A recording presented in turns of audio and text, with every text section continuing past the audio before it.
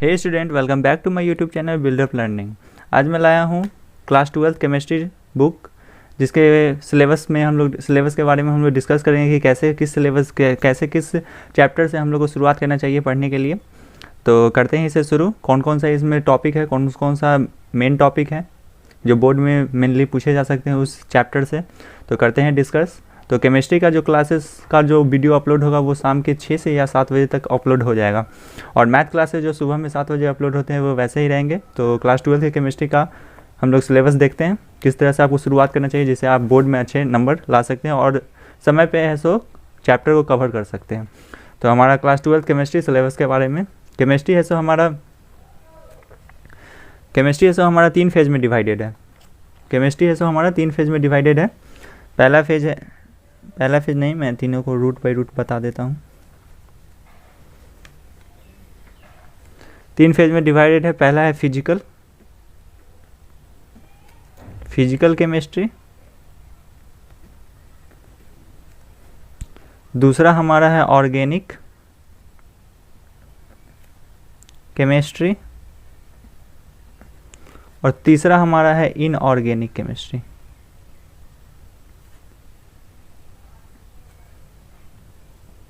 ये 3 है। केमिस्ट्री है सो 3 पार्ट में डिवाइडेड है, फिजिकल केमिस्ट्री, ऑर्गेनिक केमिस्ट्री और इनऑर्गेनिक केमिस्ट्री। अब फिजिकल केमिस्ट्री में कौन कौन से चैप्टर है उसके बारे में मैं बता देता हूँ। पहला इसमें हम लोग को पढ़ना है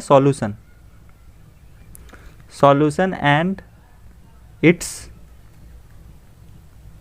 कॉलेगेटिव प्रॉपर्टीज। ये ऐसे बोर्ड के लिए इम्पोर्टेंट है, इससे ज़रूर सवाल पूछे जाते हैं। सॉल्यूशन एंड इस कॉलेगेटिव, इसमें सॉल्यूशन के बारे में पढ़ेंगे, इसमें रॉल्स लॉ के बारे में पढ़ेंगे, बहुत इसमें वेपर प्रेशर क्या होता है, इस सब से रिलेटेड टॉपिक इसमें हम लोग पढ़ेंगे। दूसरा हमारा आता है सॉलिड स्टेट आता है, तो इसमें हम लोग वही मेनली ऐसे सॉलिड स्टेट में हम लोग वही पढ़ेंगे, लिक्विड, सॉलिड, गैसेस का वो स्टेट कौन कौन सा कैसे होते हैं सो। तीसरा आता है हमारा इलेक्ट्रोकेमिस्ट्री।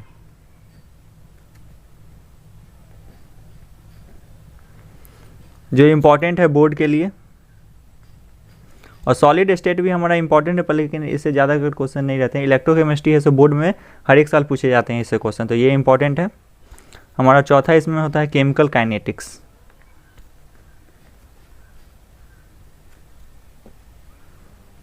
और हमारा 5वां है इसमें सरफेस केमिस्ट्री। ये हमारे इन फिजिकल केमिस्ट्री के 5 चैप्टर हुए। फिजिकल केमिस्ट्री में ये 5 चैप्टर है जिसको हम लोग कवर करेंगे। फिर उसके बाद आता है ऑर्गेनिक केमिस्ट्री। ऑर्गेनिक केमिस्ट्री में पहला हमारा आता है स्टीरियो आइसोमेरिज्म।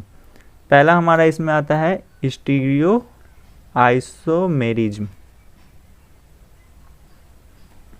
इनऑर्गेनिक का है ये, ऑर्गेनिक का है ये स्टीरियो आइसोमेरिज्म। इसमें हमको 2 चीज़ इसमें पढ़ना है बेसिकली। एक होता है जियोमेट्रिकल आइसोमेरिज्म, और एक हमारा होता है ऑप्टिकल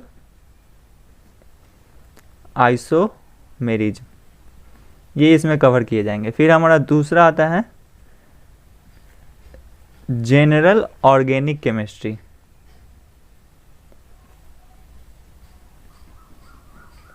जिसको हम लोग शॉर्ट में जीओसी बोलते हैं।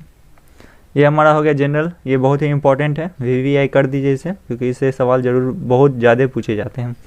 फिर हमारा तीसरा आता है रिएक्शन मैकेनिज्म। कैसे किसी रिएक्शन कैसे होते हैं उसके बारे में इसमें डिटेल से पढ़ेंगे हम लोग, मैकेनिज्म। फिर हमारा चौथा इसमें होता है हेलो अल्केन्स एंड हेलो एरिनीज। इसके बारे में इसमें हम लोग कवर करेंगे इस चैप्टर में। फिर हमारा 5वां आता है अल्कोहल। इस सब के बारे में डिटेल से पढ़ेंगे इस चैप्टर में। फिनॉल, एनसीईआरटी में ये पूरे टॉपिक मिल सकते हैं, चैप्टर के अंदर में भी ये टॉपिक मिल सकते हैं, या इससे सीधा नाम होगा चैप्टर का, पर लेकिन मैं इसको अलग अलग करके लिखवा ले रहा हूँ जिससे आपको आसानी होंगे कि हाँ ये सब पढ़ लेंगे तो पूरा आपका एनसीईआरटी बुक भी कवर हो जाएगा। फिर हमारा छठा आता है एल्डेहाइड के बारे में। 11th में इससे छोटे छोटे टॉपिक पढ़े थे, वो तो टॉपिक था, बल्कि इसमें एक चैप्टर बन के है, तो इसके बारे में डिटेल से पढ़ेंगे इसमें 12th में, केटोन एंड कार्बोक्सिलिक एसिड। फिर हमारा छठा इसमें टॉपिक है, मतलब चैप्टर है, एमाइंस के बारे में। फिर हमारा सातवां के बाद आठवां टॉपिक्स हो गया हमारा बायोमोलिक्यूल्स। फिर हमारा 9वां है पॉलीमर्स, और हमारा 10th है केमिस्ट्री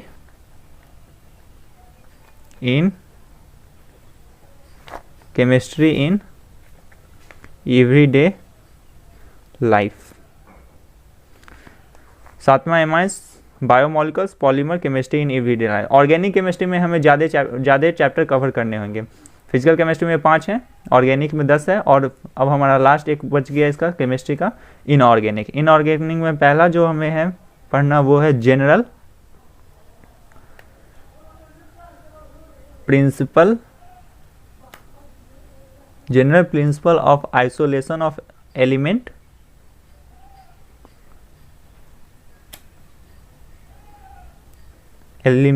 एंड मेटालर्जी,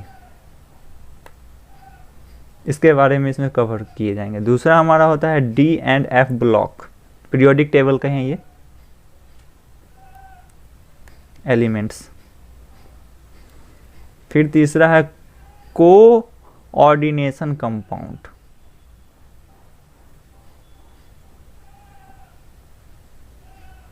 फिर हमारा चौथा है पी ब्लॉक,